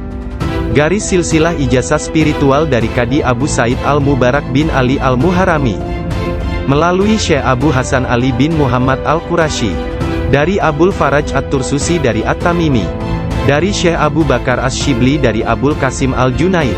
Dari Sari As-Sakati dari Ma'ruf Al-Karhi. Dari Dawud At-Tayyah dari Habib Al-Jami, dari Hasan Al-Basri dari Imam Ali bin Abi Thalib. Imam Ali menerima hirkah, jubah kesufian, dari tangan mulia Nabi Muhammad kekasih Allah, Tuhan semesta alam, dan beliau menerimanya dari malaikat utama Jibril alaihi salam, yang menerimanya dari kebenaran Tuhan, Allah Azza wa Jalla. Seseorang bertanya kepada Syekh Abdul Qadir Al-Jailani, apakah yang dia terima dari Allah Ta'ala? Beliau menjawab tingkah laku dan pengetahuan yang baik. Qadi Abu Said Al-Muharrami berkata, sesungguhnya Abdul Qadir Al-Jailani menerima hirkah dari tanganku, tetapi aku juga menerima hirkah dari tangannya. Qadi Abu Said Al-Muharrami mengajar di sebuah madrasah miliknya sendiri, di Babul Az di Baghdad. Kemudian dia memberikan madrasah tersebut kepada Syekh Abdul Qadir Al-Jailani, yang mulai mengajar di sana. Syekh Abdul Qadir Al-Jailani telah berusia 50 tahun lebih pada waktu itu. Kata-kata dan ucapannya mempesona dan menakjubkan, sehingga menggugah hati orang-orang yang mendengarnya. Para murid dan jemaahnya semakin berkembang pesat dalam jumlah yang banyak, sehingga tidak ada tempat, baik di dalam ataupun di sekitar madrasah tersebut, untuk menampung para pengikutnya. Syekh Abdul Qadir Al-Jailani berkata mengenai permulaan mengajarnya. Pada suatu pagi aku melihat Rasulullah, beliau bertanya kepadaku, mengapa engkau tidak berbicara? Aku berkata, aku adalah orang Persia, bagaimana aku dapat berbicara dengan bahasa Arab yang indah dari Baghdad? Buka mulutmu, beliau berkata, dan kulakukan perintah beliau. Nabi Muhammad lantas meniup nafasnya ke mulutku 7 kali. Lalu berkata, pergilah, tunjukilah umat manusia, dan ajaklah mereka kepada jalan Tuhanmu, dengan bijak dan kata-kata indah. Aku menjalankan sholat zuhur, dan aku melihat orang telah ramai sedang menungguku berbicara. Ketika melihat mereka, aku menjadi gembira, namun lidahku seakan-akan terkunci. Kemudian aku melihat Imam Ali bin Abi Thalib yang diberkati. Dia mendatangiku dan memintaku untuk membuka mulut. Kemudian meniupkan nafasnya sendiri ke dalam mulutku sebanyak 6 kali. Aku bertanya, mengapa Anda tidak melakukannya sebanyak 7 kali, seperti yang dilakukan Rasulullah? Sayyidina Ali berkata, karena rasa hormatku kepada Rasulullah. Kemudian Sayyidina Ali pun menghilang. Dari mulutku yang terbuka, keluarlah kata-kata, sesungguhnya fikiran adalah juru selam.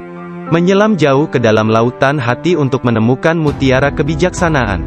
Ketika dia membawanya ke pantai kemakhlukannya, dia tumpah dalam bentuk kata-kata dari bibirnya. Dan dengan itu, dia membeli ketaatan tak ternilai di pasar-pasar ibadah Allah. Kemudian aku berkata, dalam suatu malam, seperti salah satu dari malamku, jika seseorang di antaramu hendak membunuh keinginan-keinginan rendahnya, kematian akan terasa begitu manis, sehingga engkau tidak akan dapat merasakan sesuatu yang lain di dunia ini. Sejak saat itu, walau bagaimanapun keadaannya, sekalipun bangun atau tidur, aku tetap mempertahankan tugasku mengajar. Banyak sekali pengetahuan tentang keimanan dan agama dalam diriku. Jika tidak berbicara dan menuangkannya keluar, aku akan merasakan bahwa hal itu akan menenggelamkan diriku. Ketika pertama kali mengajar, aku hanya mempunyai 2 atau 3 orang murid saja. Ketika mereka mendengarku, jumlah mereka bertambah menjadi 70.000 orang. Madrasahnya maupun lingkungan di sekitarnya tidak dapat menampung para pengikutnya. Oleh sebab itu, dicarilah tempat yang lebih luas. Orang kaya dan orang miskin di Baghdad turut membantu dalam penambahan bangunan-bangunan yang baru. Mereka yang kaya membantu dengan dana, sedangkan yang miskin membantu dengan tenaga mereka, termasuklah kaum perempuan, yang turut membantu bekerja. Kelak Syekh Abdul Qadir Al-Jailani merupakan seorang imam, ahli dalam masalah-masalah keagamaan, tauhid dan fikih, dan pemimpin dari mazhab Syafi'i dan Hambali dalam Islam. Beliau adalah seorang yang sangat bijaksana dan berpengetahuan luas. Doanya segera dikabulkan, baik ketika berdoa untuk kebaikan dan berdoa untuk hukuman. Dia adalah seorang yang banyak melakukan karomah. Manusia sempurna, yang selalu sadar serta ingat kepada Allah Azza wa Jalla. Muraqabah, berfikir, menerima dan memberi pelajaran. Dia mempunyai hati yang lembut, sifat yang mulia dan wajah yang selalu tersenyum. Dia orang yang peka dan memiliki sikap yang sangat baik. Berakhlak dalam tabiat serta dermawan dalam memberi materi dan nasihat serta pengetahuan. Dia mencintai orang-orang, tetapi secara khususnya, terhadap orang-orang yang beriman dan mengabdikan diri, serta beribadah kepada Zat yang Maha Esa, menolong kepada siapa yang beriman. Dia tampan, selalu berpakaian rapi, pembicaraannya tidak berlebihan dan sia-sia. Apabila berbicara, meskipun dia berbicara dengan cepat, tetapi setiap kata dan suku katanya yang keluar, terdengar jelas. Beliau berbicara dengan penuh keindahan, dan dia berbicara kebenaran. Berbicara tentang kebenaran tanpa ragu-ragu. Karena dia tidak peduli, apakah dia akan dipuji, dikritik atau dicaci. Ketika Khalifah Al-Muqtafi mengangkat Yahya bin Said sebagai Qadi, Ketua Hakim, Syekh Abdul Qadir Al-Jailani memberitahukannya di hadapan orang ramai.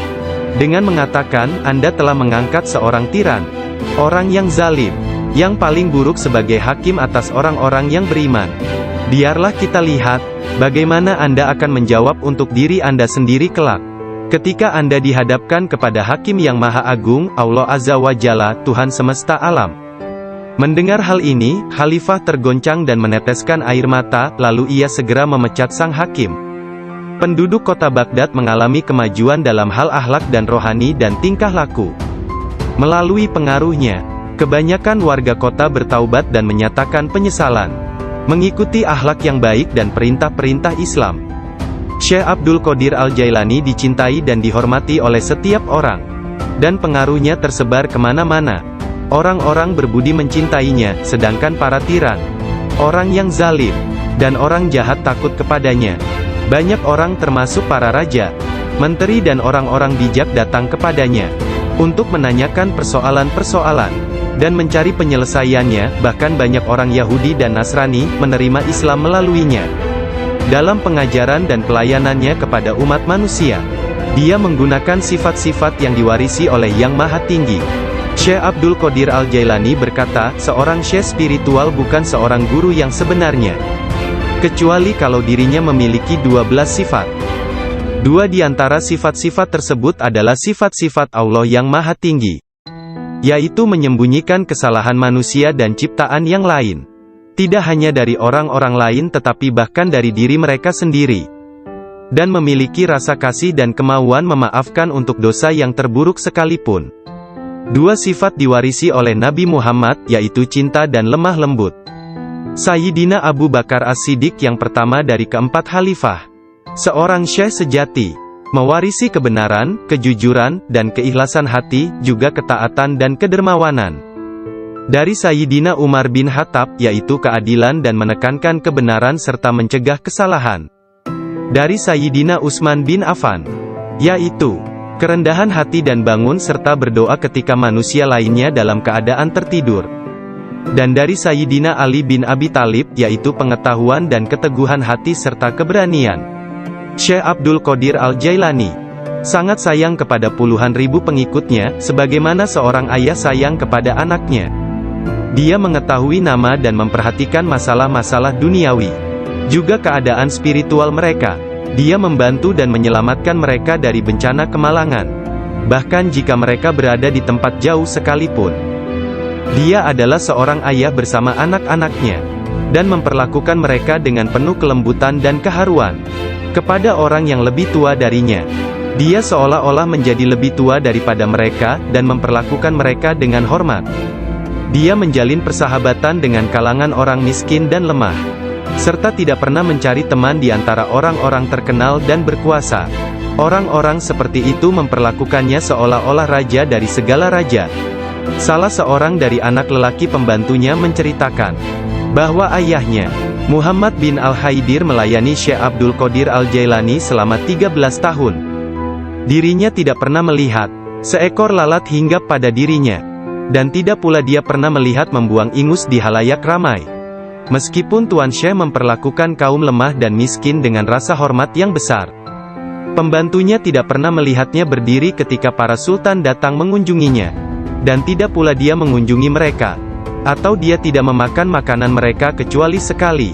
Ketika seorang raja, setiap hari aku selalu didatangi seorang malaikat dalam bentuk pemuda tampan.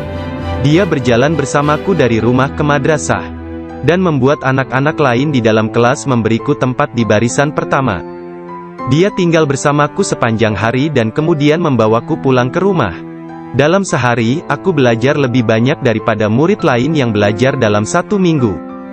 Awalnya aku tidak tahu siapa dia. Suatu hari, aku bertanya kepadanya, dan dia berkata, "Aku salah satu malaikat Allah. Dia mengirim dan memerintahku untuk bersamamu selama engkau belajar." Beliau kembali menceritakan mengenai masa kanak-kanaknya. Dia berkata, "Setiap kali ingin pergi bermain dengan anak-anak lain, aku mendengar satu suara berkata, 'Datanglah kepadaku sebagai gantinya, wahai orang yang diberkati. Datanglah kepadaku.' Dalam keadaan ketakutan, aku pergi dan mencari ketenangan di balik lengan ibuku. Sekarang, bahkan dalam ketaatan penuh dan halwat yang panjang, aku tidak dapat mendengar dengan jelas suara tersebut." Ketika Abdul Qadir Al-Jailani ditanya oleh seseorang, apa kuncinya yang membawa dirinya pada tingkatan spiritual yang tinggi, beliau berkata, "Kejujuran yang telah aku janjikan kepada ibuku." Abdul Qadir Al-Jailani menceritakannya sebagai berikut. Suatu hari, malam Idul Adha, aku pergi ke ladang kami untuk membantu menggarap tanah. Semasa aku berjalan di belakang lembu jantan, dia memalingkan kepalanya dan memandangku seraya berkata, "Engkau tidak diciptakan untuk pekerjaan ini." Sungguh, aku sangat ketakutan dan berlari ke rumah dan memanjat ke atap rumah petak bertingkat. Ketika melihat keluar, tiba-tiba aku melihat para jemaah haji sedang berkumpul wukuf di Padang Arafah di Arabia, tepat di depanku. Lalu aku segera pergi menemui ibuku, yang waktu itu sudah menjadi janda, dan meminta kepadanya, "Kirimlah aku ke jalan kebenaran, dan berilah aku izin untuk pergi ke Baghdad, untuk mendapatkan ilmu pengetahuan bersama-sama orang bijak, dan orang-orang yang dekat kepada Allah Azza wa Jalla." Ibu bertanya kepadaku, "Apa alasan permintaanmu yang tiba-tiba tersebut?" Aku mengatakan kepadanya apa yang telah terjadi pada diriku. Beliau menangis mendengar ceritaku, lalu mengeluarkan 80 keping emas. Semuanya adalah warisan ayahku. Dia menyisihkan 40 untuk saudaraku yang laki-laki. 40 keping lainnya dijahit di bagian ketiak mantelku. Kemudian dia mengizinkan untuk meninggalkan dirinya. Sebelum membiarkan aku pergi, beliau menasehatiku bahwa aku harus berkata benar dan menjadi orang yang jujur apapun yang terjadi. Ibu melepas kepergianku dengan kata-kata, "Mudah-mudahan Allah melindungi dan membimbingmu wahai anakku. Aku memisahkan diriku sendiri dari orang yang paling mencintaiku karena Allah.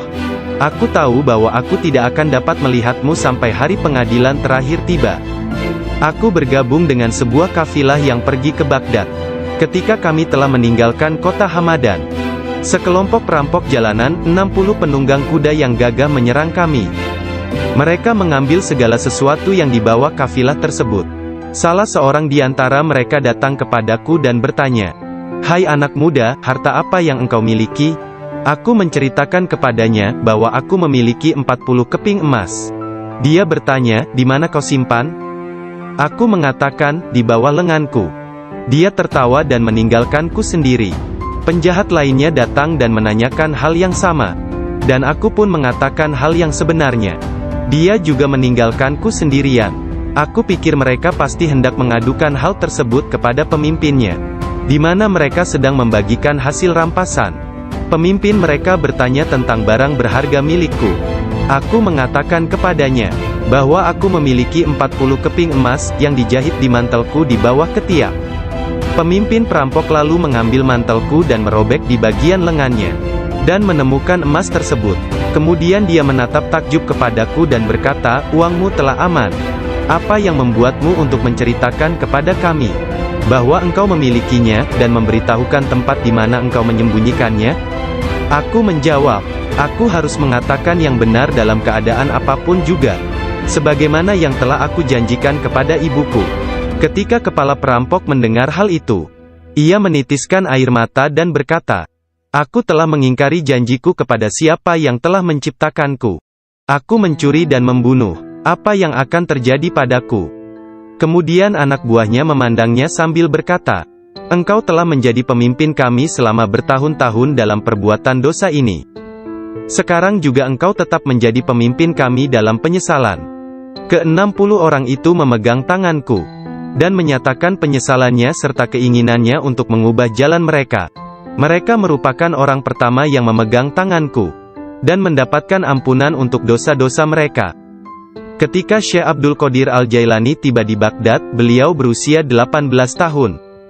Tatkala dia mencapai pintu gerbang kota, Nabi Khidir muncul dan menghalanginya untuk memasuki kota. Nabi Khidir berkata kepadanya, bahwasanya hal itu ia lakukan atas perintah Allah, agar ia tidak memasuki kota Baghdad hingga 7 tahun ke depan. Nabi Khidir membawanya ke sebuah runtuhan di gurun pasir dan berkata, "Diamlah engkau di sini dan jangan meninggalkan tempat ini." Syekh Abdul Qadir Al-Jailani tetap tinggal di sana selama 3 tahun. Setiap tahunnya Khidir datang kepadanya, dan berkata kepadanya di mana dirinya harus tinggal. Syekh Abdul Qadir Al-Jailani bercerita tentang masa 3 tahun yang dilaluinya tersebut. Saat dalam proses mujahadah dan riyadah. Selama aku tinggal di gurun, di luar kota Baghdad, semua keindahan dunia telah datang menggodaku. Allah telah memberikanku kemenangan atasnya. Nafsuku mengunjungiku setiap hari, dalam wujud dan bentukku sendiri dan meminta untuk menjadi temannya. Ketika aku akan menolaknya, ia hendak menyerangku. Allah memberiku kemenangan dalam perlawananku. Dan pada waktunya, aku dapat menjadikannya tawananku, dan menahannya bersamaku selama tahun-tahun itu, serta memaksanya untuk tinggal di runtuhan padang pasir. 1 tahun penuh, aku telah makan rerumputan dan akar-akarnya yang kutemukan. Dan aku tidak minum air apapun. Tahun yang lain aku minum air, tetapi tidak makan apapun. Tahun selanjutnya aku makan, tidak minum ataupun tidur. Sepanjang waktu itu, aku hidup dalam runtuhan dari istana raja-raja kuno Parsi di Kurb. Aku berjalan dengan kaki telanjang, tanpa alas kaki di atas duri padang pasir, dan tidak merasakan apapun. Setiap kali aku melihat sebuah batu atau bukit yang terjal, aku memanjatnya. Aku tidak memberikan istirahat 1 menit pun, atau menyenangkan nafsuku kepada keinginan-keinginan rendah badaniyah, jasmaniku. Pada akhir dari masa 7 tahun itu, aku mendengar satu suara pada suatu malam. "Hai Abdul Qadir, engkau sekarang diizinkan memasuki kota Baghdad." Aku tiba di Baghdad dan melewatkan beberapa hari di sana. Tetapi aku tidak dapat berada di sana dalam keadaan yang penuh hasutan, kejahatan, tipu daya, yang telah menjadi kebiasaan kota. Lalu untuk menyelamatkan diriku sendiri dari kejahatan kota, yang telah mengalami kemerosotan akhlak, guna menyelamatkan keimananku, aku meninggalkannya. Hanya kitab suci Al-Quran yang kubawa bersamaku. Saat tiba di pintu gerbang, dalam perjalanan untuk berkholwat di padang pasir, aku mendengar satu suara, "Kemana engkau hendak pergi?" Kata suara itu, "Kembalilah, engkau harus melayani orang-orang. Apa yang dapat kupedulikan tentang orang lain?" Sanggahku. Aku ingin menyelamatkan keimananku. "Kembalilah dan jangan pernah merasa bimbang terhadap keimananmu." Suara itu melanjutkan, "Tidak ada sesuatu pun yang akan membahayakanmu." Aku sungguh tidak dapat melihat orang yang berkata tersebut. Kemudian sesuatu terjadi padaku. Aku terputus dari keadaan lahiriah, lalu tenggelam dalam keadaan tafakur. Sampai hari berikutnya, aku memusatkan pikiran pada sebuah harapan dan berdoa kepada Allah, agar Dia membukakan selubung untukku, sehingga aku tahu apa yang harus aku lakukan. Hari berikutnya, ketika tengah berkeliling di sebuah permukiman bernama Muzafariyah, seorang lelaki yang sebelumnya tidak pernah kulihat, membuka pintu rumahnya dan mempersilakanku untuk masuk. "Mari Abdul Qadir." Ketika aku sampai di pintunya, dia berkata, "Katakan kepadaku, apa yang engkau harapkan dari Allah? Doa apa yang telah engkau panjatkan kemarin?" Saat itu aku ketakutan, namun diliputi penuh ketakjuban. Aku tidak dapat menemukan kata-kata untuk menjawabnya. Lelaki itu memandang ke wajahku, dan menghempaskan pintu dengan kasar, hingga membuat debu yang berkumpul di sekelilingku terbang menutupi seluruh tubuhku. Aku berjalan pergi sambil mempertanyakan apa yang telah kuminta dari Allah sehari sebelumnya. Kemudian ingatlah aku.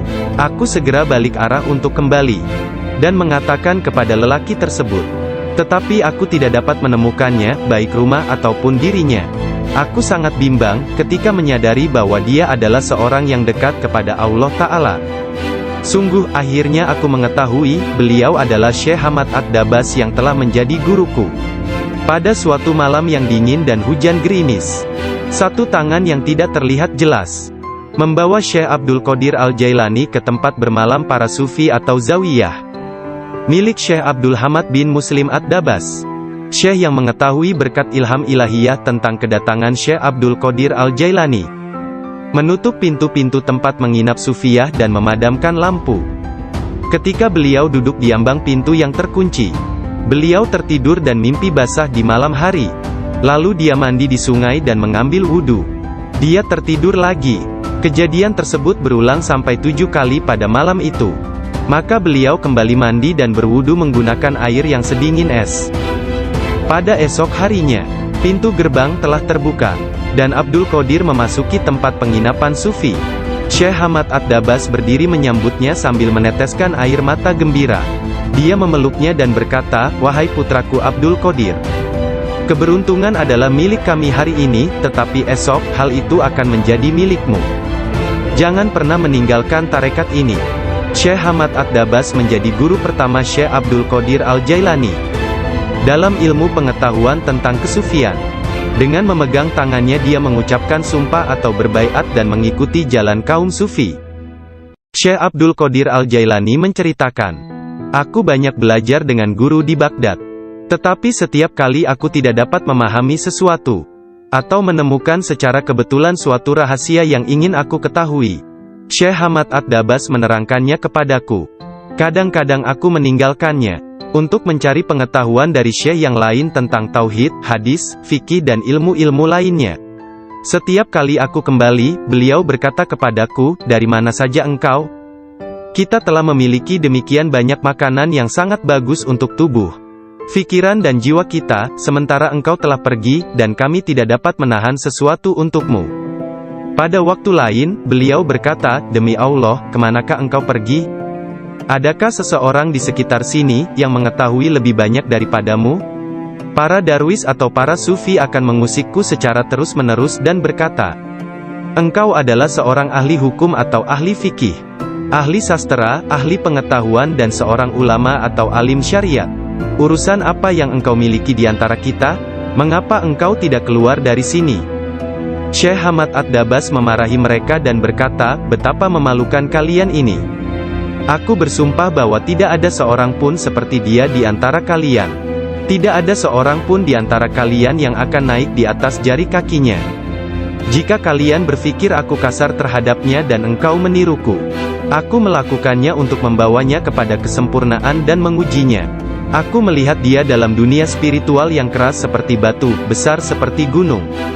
Syekh Abdul Qadir Al-Jailani merupakan contoh tauladan terbesar dari kenyataan bahwa dalam Islam, mencari ilmu pengetahuan adalah kewajiban suci untuk semua orang, laki-laki dan perempuan dari ayunan hingga liang kubur. Dia menjadi orang bijak terbesar di zamannya. Dia menghafal Al-Quran Al-Karim dan mempelajari penafsirannya dari Ali Abul Wafa Al-Kail, Abu Hatab Mahfuz, dan Abul Hasan Muhammad Al-Qadi. Menurut beberapa sumber, Abdul Qadir Al-Jailani belajar dengan Qadi Abu Said Al-Mubarak bin Muharrami, ulama terbesar pada zamannya di Baghdad. Meskipun telah mempelajari ilmu-ilmu pengetahuan tentang jalan mistik dari Syekh Hamad Ad-Dabas, dan memasuki jalan tasawuf melalui tangannya, namun Syekh Abdul Qadir Al-Jailani telah diberi hirkah, jubah kesufian, sebagai simbol dari jubah Rasulullah oleh Qadi Abu Said. Garis silsilah ijazah spiritual dari Qadi Abu Said Al-Mubarak bin Ali Al-Muharrami, melalui Syekh Abu Hasan Ali bin Muhammad Al-Qurashi, dari Abul Faraj At-Tursusi dari At-Tamimi, dari Syekh Abu Bakar As-Shibli dari Abul Qasim Al-Junaid, dari Sari As-Sakati dari Ma'ruf Al-Karhi, dari Dawud At-Tayyah dari Habib Al-Jami, dari Hasan Al-Basri dari Imam Ali bin Abi Talib. Imam Ali menerima hirkah, jubah kesufian, dari tangan mulia Nabi Muhammad kekasih Allah, Tuhan semesta alam, dan beliau menerimanya dari malaikat utama Jibril alaihi salam, yang menerimanya dari kebenaran Tuhan, Allah Azza wa Jalla. Seseorang bertanya kepada Syekh Abdul Qadir Al-Jailani, apakah yang dia terima dari Allah Ta'ala? Beliau menjawab, tingkah laku dan pengetahuan yang baik. Qadi Abu Said Al-Muharrami berkata, sesungguhnya Abdul Qadir Al-Jailani menerima hirkah dari tanganku. Tetapi aku juga menerima hirkah dari tangannya. Qadi Abu Said Al-Muharrami mengajar di sebuah madrasah miliknya sendiri, di Babul Az di Baghdad. Kemudian dia memberikan madrasah tersebut kepada Syekh Abdul Qadir Al-Jailani, yang mulai mengajar di sana. Syekh Abdul Qadir Al-Jailani telah berusia 50 tahun lebih pada waktu itu. Kata-kata dan ucapannya mempesona dan menakjubkan, sehingga menggugah hati orang-orang yang mendengarnya. Para murid dan jemaahnya semakin berkembang pesat dalam jumlah yang banyak, sehingga tidak ada tempat, baik di dalam ataupun di sekitar madrasah tersebut, untuk menampung para pengikutnya. Syekh Abdul Qadir Al-Jailani berkata mengenai permulaan mengajarnya. Pada suatu pagi aku melihat Rasulullah, beliau bertanya kepadaku, mengapa engkau tidak berbicara? Aku berkata, aku adalah orang Persia, bagaimana aku dapat berbicara dengan bahasa Arab yang indah dari Baghdad? Buka mulutmu, beliau berkata, dan kulakukan perintah beliau. Nabi Muhammad lantas meniup nafasnya ke mulutku 7 kali. Lalu berkata, pergilah, tunjukilah umat manusia, dan ajaklah mereka kepada jalan Tuhanmu, dengan bijak dan kata-kata indah. Aku menjalankan sholat zuhur, dan aku melihat orang telah ramai sedang menungguku berbicara.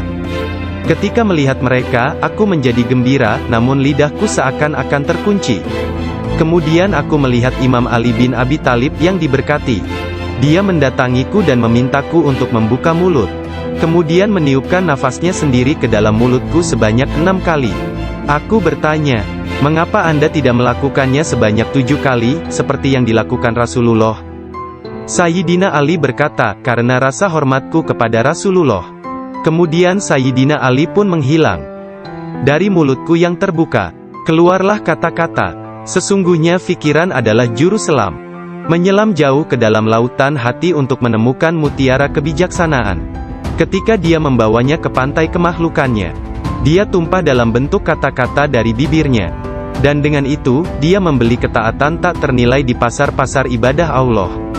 Kemudian aku berkata, dalam suatu malam, seperti salah satu dari malamku, jika seseorang di antaramu hendak membunuh keinginan-keinginan rendahnya, kematian akan terasa begitu manis, sehingga engkau tidak akan dapat merasakan sesuatu yang lain di dunia ini. Sejak saat itu, walau bagaimanapun keadaannya, sekalipun bangun atau tidur, aku tetap mempertahankan tugasku mengajar. Banyak sekali pengetahuan tentang keimanan dan agama dalam diriku. Jika tidak berbicara dan menuangkannya keluar, aku akan merasakan bahwa hal itu akan menenggelamkan diriku. Ketika pertama kali mengajar, aku hanya mempunyai 2 atau 3 orang murid saja. Ketika mereka mendengarku, jumlah mereka bertambah menjadi 70.000 orang. Madrasahnya maupun lingkungan di sekitarnya tidak dapat menampung para pengikutnya. Oleh sebab itu, dicarilah tempat yang lebih luas. Orang kaya dan orang miskin di Baghdad turut membantu dalam penambahan bangunan-bangunan yang baru. Mereka yang kaya membantu dengan dana, sedangkan yang miskin membantu dengan tenaga mereka, termasuklah kaum perempuan, yang turut membantu bekerja. Kelak Syekh Abdul Qadir Al-Jailani merupakan seorang imam, ahli dalam masalah-masalah keagamaan, tauhid dan fikih, dan pemimpin dari mazhab Syafi'i dan Hambali dalam Islam.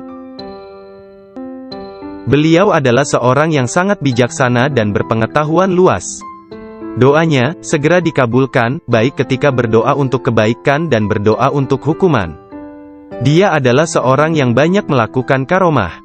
Manusia sempurna, yang selalu sadar serta ingat kepada Allah Azza wa Jalla. Muraqabah, berfikir, menerima dan memberi pelajaran. Dia mempunyai hati yang lembut, sifat yang mulia dan wajah yang selalu tersenyum. Dia orang yang peka dan memiliki sikap yang sangat baik. Berakhlak dalam tabiat serta dermawan dalam memberi materi dan nasihat serta pengetahuan.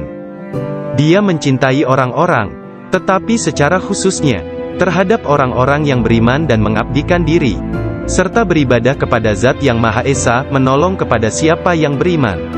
Dia tampan, selalu berpakaian rapi, pembicaraannya tidak berlebihan dan sia-sia. Apabila berbicara, meskipun dia berbicara dengan cepat, tetapi setiap kata dan suku katanya yang keluar terdengar jelas. Beliau berbicara dengan penuh keindahan, dan dia berbicara kebenaran. Berbicara tentang kebenaran tanpa ragu-ragu, mengatakan kebenaran. Abu Hasan, salah seorang hakim agung pada masa itu menceritakan, "Aku mendengar Khalifah Al-Muqtafi berkata kepada menterinya Ibnu Hubaira, Syekh Abdul Qadir Al-Jailani mentertawakanku. Dan hal itu amat jelas bagi orang-orang di sekitarnya, bahwa yang dia maksudkan adalah aku. Dilaporkan kepadaku, bahwa dia menunjukkan sebuah pohon kurma di kebunnya dan berkata, 'Engkau lebih baik bekerja, jangan bepergian terlalu jauh, atau aku akan memenggal kepalamu. Sekarang kamu, wahai Ibnu Hubaira, pergi dan berbicaralah kepadanya seorang diri dan katakan, Anda jangan mengejek dan mengancam Khalifah. Anda harus tahu bahwa kedudukan Khalifah adalah suci dan harus dihormati.' Sang menteri Ibnu Hubaira pun pergi kepada Syekh Abdul Qadir Al-Jailani, dan melihatnya sedang berkumpul dengan kerumunan orang ramai. Dalam pembicaraannya pada satu pokok, tiba-tiba